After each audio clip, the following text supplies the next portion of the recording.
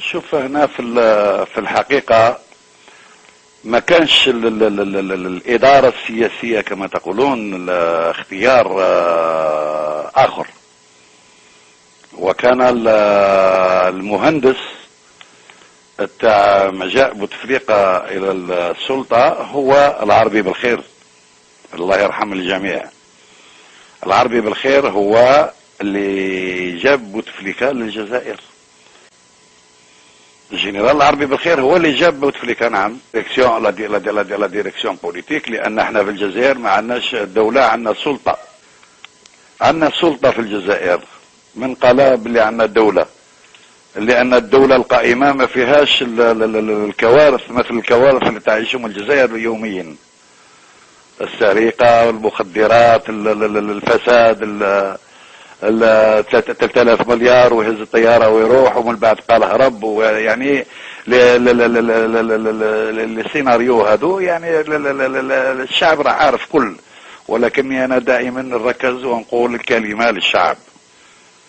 لا لأن في بلد متحضر، في بلد اللي قايمين فيه المؤسسات، في بلد اللي قايمة فيه دولة القانون، ابدا ما يصير الشيء اللي راه صاري.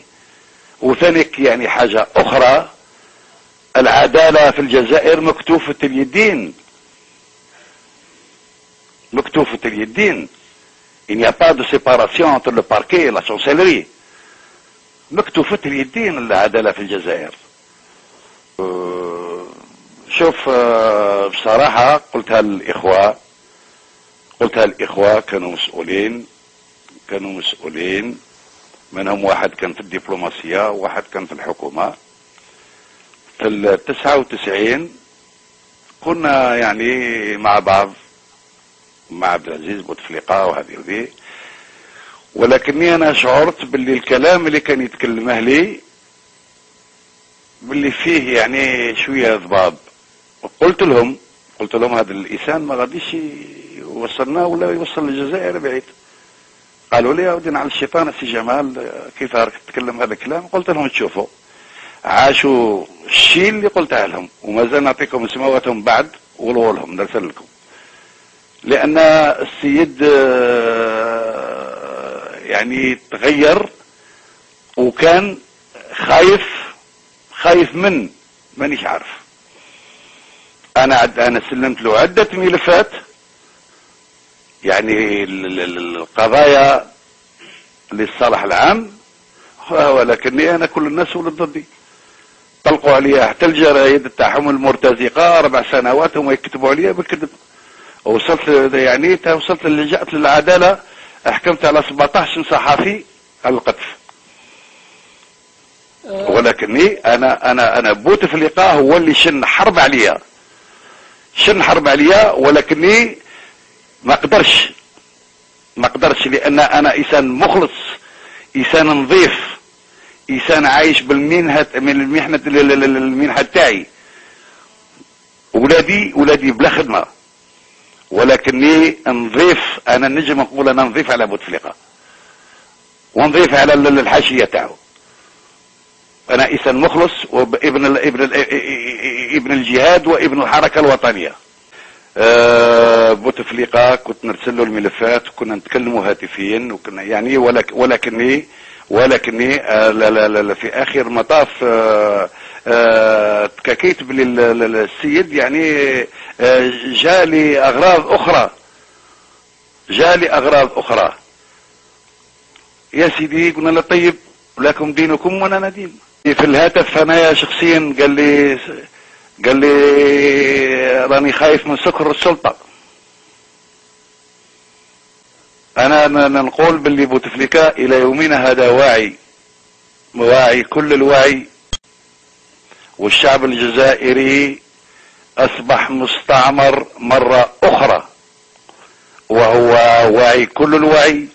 الشعب الجزائري عفسوا فيه وهو واعي كل الوعي، والشعب الجزائري فقروه وهو واعي كل الوعي، والشعب الجزائري ذلوه وهو واعي كل الوعي، والشعب الجزائري اصبح اكثر يعني الشعب الجزائري عاش هذه السنوات الأخيرة أكثر من 132 سنة تاع استعمار، لأن الممارسات لا أخلاقية ولا شرعية ولا قانونية، الممارسة في حق الشعب الجزائري هذه ما يقبلهاش رجل ولا امرأة وطنيين مخلصين يحبوا الجزائر. اللي يسرق بورتابل باش ياكل الخبز، ولا اللي يسرق الفاكهه ولا خضره باش يوكل لاولاده يدخل للسجن، واللي يخون 3000 مليار يفوت في الملقاعه الشرفيه باش يروح لانجلترا ولا لباريس، ويزيد يشرفوهم لاحتفال اول نوفمبر. هل هذه هي الثوره تاعنا؟ هل هذه هم الرجال المخلصين اللي ضحوا من اجل البلاد؟ ولي يعني باش نذكرك شويه، النزاع على السلطه، صناع مهندسين هذا انتم سميتوها النزاع، انا نسميها مؤامره ضد الثوره الجزائريه واطاراتها والشعب الجزائري. ضد الشعب الجزائري مؤامرة، الناس كانت تجاهد في سبيل الله، والناس كانت تطرز في وجدة وفي غرديماو في بيوت مغلقة. لو فرنسا استعملت التقنيات المستعملة اليوم ضد الشعب الجزائري كورانا كلا مارتينيك، الشعب الجزائري ما يحرك صبعه. اذا هنايا صانعين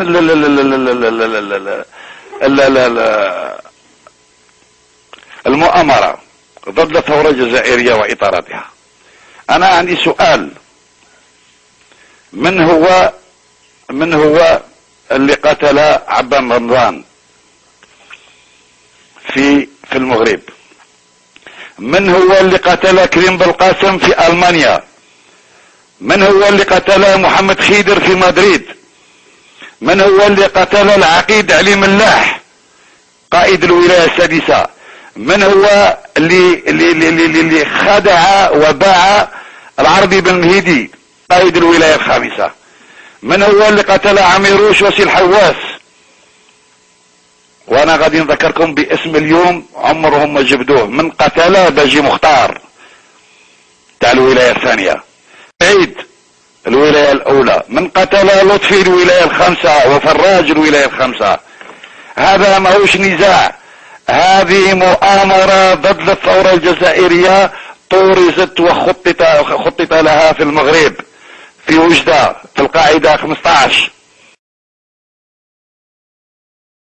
الحقيقيين اللي راهم مدفونين على خط شال وخط موريس، هل فرنسا دخلت المغرب قتلتهم؟ دخلت لتونس وقتلت المجاهدين؟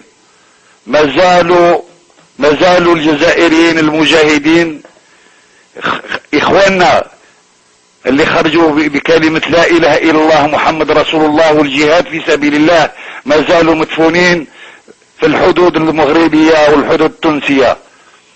وعشنا الكونفلو ونتكلم عن النزاع اليوم. النزاع واش من نزاع اليوم هذا هنا في الجزائر؟ ما كاينش نزاع، كاين الخيانة هنا في الجزائر، كاين السرقة المنظمة، اللوصصة المنظمة، والنزاع صناع النزاع ولا صناع المؤامرة. لا لا لا لا لا لا لا